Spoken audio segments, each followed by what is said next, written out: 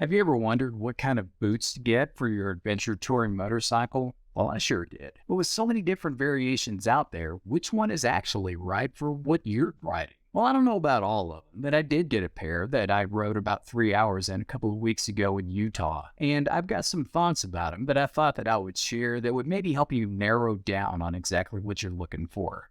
From motocross boots to essentially street shoes that are for motorcycles, there's a ton of options out there, and it's really hard to weed through what is actually for what.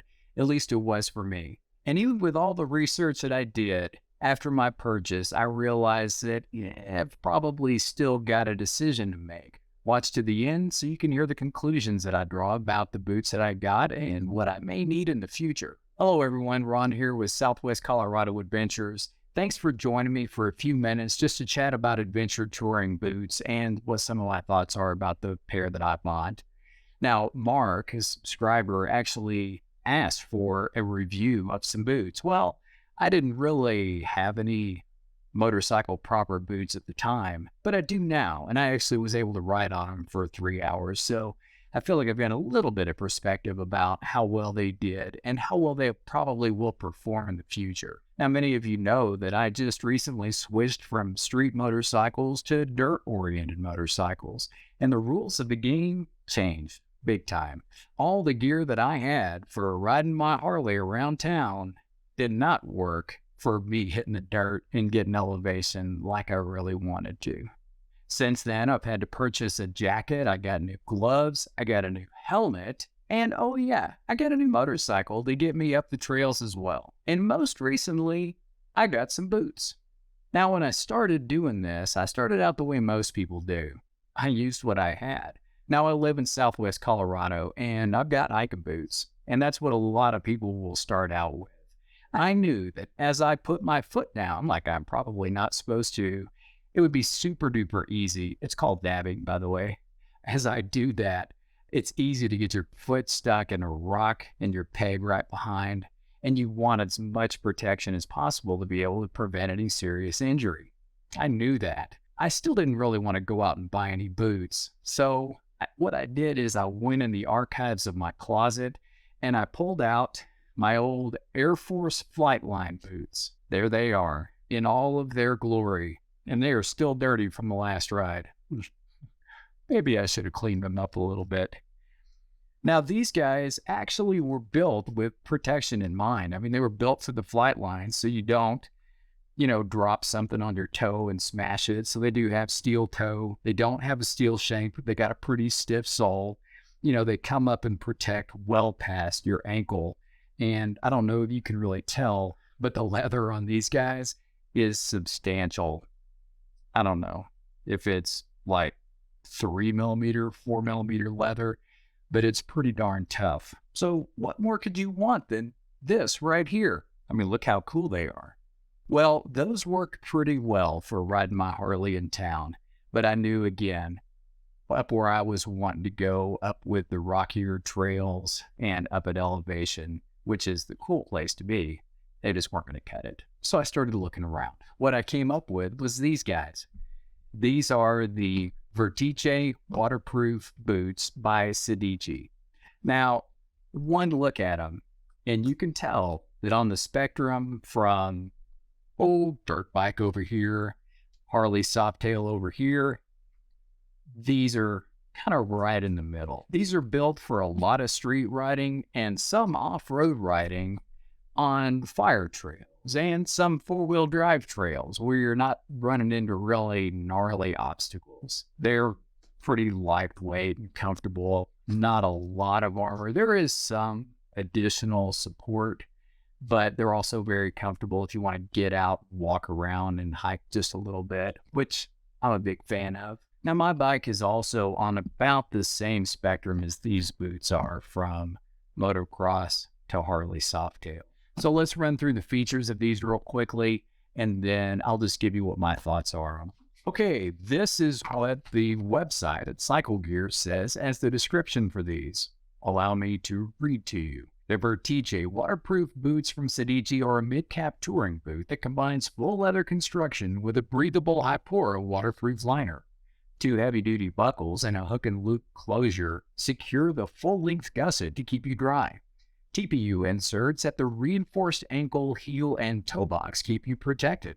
Accordion flex zones and discrete panels of microfiber are incorporated into various vertices throughout the upper to aid in range of motion and walking comfort. A similar engineering process is given to the full composite midsole that features strategic flex zones, balancing on-the-bike protection with off-the-bike mobility. And I quote, Sedici is a house brand of cycle gear, which is where I bought these, and also Revzilla. Now, house brands, I feel like I get a pretty good bang for the buck with the house brands that I try. It just depends on which one, but I'm thinking about Rigid from Home Depot, Cobalt from Lowe's, heck, Craftsman. I mean, Sears really isn't even around, but everybody in the world has got Craftsman tools in their garage. I think somebody actually bought them out. I can't remember if it was Stanley. Anyway, it was one of the tool groups that bought out the Craftsman name, but they worked. And I don't have full sets anymore. It's not because I broke them. It's because I just lost them. Can you relate? Obviously, those are consumer tools. They're not Snap-on, Matco. But you know what? I'm not a pro either. Believe me. If you find any value in this video, slap a like on it and consider subscribing. So here are the features. We have full grain leather construction all the way around, which I like. It's very nice. You have a hook and loop closure right here that allows you to adjust depending on calf size. It took me a sec to figure that out. There's a full-length gusset here. There's an internal Hypora lining that's a fully enclosed on the inside for the waterproofing. You've got two buckles here that are going to hold it together on the sides to give you a more customized fit. They're a challenge to snap together if you don't have a foot inside there. So it's got a full composite midsole with flex zones. So there is a little bit of flex in it, but there's not a lot of flex in these boots without a doubt. It's got a molded rubber sole, and it's not Vibram or anything like that, but it's got pretty decent traction, and it really gripped onto my pegs really well. It's got a reinforced double layer leather shin protector, and it is pretty sturdy. It's got insulation all the way down inside to the footbed, which did provide some cold weather protection. It was 40 degrees or so when I was riding. Did well. There's a reinforced shifter toe pad on each of the boots here, and a heavy-duty leather pull to help get them on. Now, here's some of the reviews that I considered before I actually purchased these boots. They keep your feet warm and dry in cold weather. I'm in Colorado. That's a big selling point. After a break-in, they're the most comfortable boots. I agree. I like leather for that purpose, and it still provides protection. Now, a negative review that came through said that the sole was slick. I think that probably came from somebody who hasn't removed the rubber pad from their pegs, because I had no slip issues. In fact, if anything, I had the opposite direction. It was a challenge for me. These are a lot grippier than these guys that have nothing underneath. So anyway, they were fine. And they're a fantastic winter boot. Again, cold weather, top of mind. 3 feet of snow outside right now. Makes sense. Okay, on to my experience. Now, don't forget, I'm going to put the link to these down in the description below. So if you want to go check them out yourself, you're more than welcome to. There's a really good chance that I could have forgotten something. So definitely double check what I'm saying. Now, the site did say that they run a bit small. I typically run between the 10.5 and 11, depending on the shoe that I'm buying. On these, I kind of gambled and said, I'm just going to try 11s. So whenever they were delivered, the first thing I did is I ran in the room, put on some real socks that I would normally be wearing, and tried them on. And the fit was actually spot on for me. I can even wear thicker socks, and I was wearing that day, and they are still going to fit just fine. So I guess if you're between sizes, I would go up, but I don't think you need to order up an extra size fully. So this mid-calf thing was a bit of a challenge for me in 2 ways. One, I'm not used to having something wrapping around my calf, so I just have to get used to that. And I did after 3 hours. The other thing was that just figuring how I want to fasten this while I'm riding. It took me just a few tries to kind of figure out exactly how I wanted to adjust that so that I was comfortable both walking around and riding. The leather is nice. Like I said, I like it, but it's pretty hard right now. It's going to require a little bit of a break-in period. No big deal. That's just the way all leather shoes are. And these are actually probably supposed to be a little stiffer than what I'm used to at my cowboy boots. These flex zones, I could tell that they were there whenever I was walking around off the bike. Again, it was the first real ride and I hadn't worn around a whole lot. So I think they're going to need a little bit more, help in breaking in. No big deal. So the midsole on this is not steel, it's composite. And I showed you before, it does bend a little bit, but it's pretty sturdy. After 3 hours of riding, the majority of that ride, I was actually standing just because I'm really enjoying standing. It's really nice. I didn't have any foot fatigue whatsoever as a result of having, flimsy soles. So I think that's the point of having these as sturdy as possible, is so you don't have to use your foot specifically. You use your whole leg and your calf, and those are bigger muscles. They don't get tired as fast. Now keep in mind what I was riding. I was riding a dirt road. There were some rocky bits, there were some muddy bits, but I was not riding anything hardcore. But again, like we talked about, these are not designed for that. One of the things that I was concerned about when I got these, not just having it ride up on my calf, which is weird because I've never had it before, but a lot of times I have a really high arch, and a lot of times my feet have a hard time getting inside of cowboy boots or boots like this that don't open up fully. And I didn't have any issues at all with that. It was wide enough for me to be able to slip my foot inside. I was wearing plain cotton socks. I wasn't wearing anything fancy.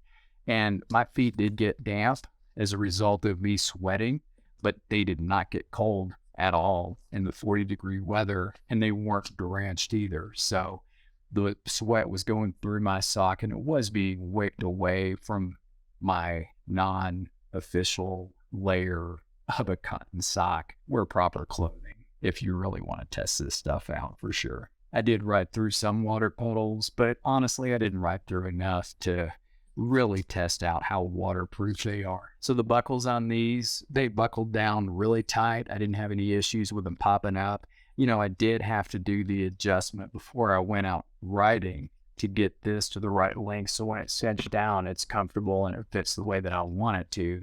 But after I did that, once they were snapped into place, they were locked in. My feet didn't go anywhere. So there is additional reinforcement at the ankle along with the heel and the toe. Again, these are ADV boots with a bit of dirt and off-road purpose. So I think for what they are, they seem to work fine. They are not as stiff as some boots that I have. Like, I just realized I've got some stiffer boots than this. I could have just saved some money, rigged these up to ride with my ADV bike. These snowboarding boots haven't been used in a couple of years, and they're pretty sturdy. They're still not as sturdy as, say, ski boots, where you can't walk and you look like a goofball walking around in them. But they are stiff. Just kidding about that, by the way. So overall, what I wanted everybody to really hear from this is that these boots performed well, in my opinion, for what they are. They are not motocross boots, and, they're not tennis shoes. So they're not even somewhere in between. They do have protection. They do have stability built into them, but they're not motocross boots. So the big question we have to ask, is this the only pair of boots that I'm going to ever own? Well, in order to answer that question, we really have to be honest with ourselves and figure out what kind of riding we're going to do. I personally believe 75 to 80% of my riding, those boots are going to be great. However, if I'm riding and I come across a trail that's going to take me up high where I can have some elevation and have some sights and take some pictures, and it's a bit rougher than what I've been riding on, I'm going to take it. I just know that about myself. There's a lot of you out there that probably don't have the mountains in your backyard, and those boots will probably be great for you. Hitting the fire roads and the four-wheel drive trails, I think they'll be great for that. It's just my opinion. So that's the thing that I'm taking away from this, is for what they are, I think they work great. If you got any value from this video, slap a like on, consider subscribing. And if you don't know about my Utah trip, or you haven't seen the video, I'm going to link that up top here. I've got, actually, it's a 2-part video because, like I said, I rode for 3 hours. The videos are not 3 hours, an hour and a half each, so you don't have to worry about that. I cut out a lot of the boring parts, believe me. There's also another video that's going to be popping up here in a second that you haven't seen before. Check that out if you like. Thanks for spending some time with me today. I hope that my experience has given you at least a little bit of information and a point of contact where you can go and at least begin your investigation for the kind of boots that you need for your riding. Again, remember, it's all about just being honest and what you're really going to ride and what kind of needs you're going to have. Thanks, y'all. Be safe.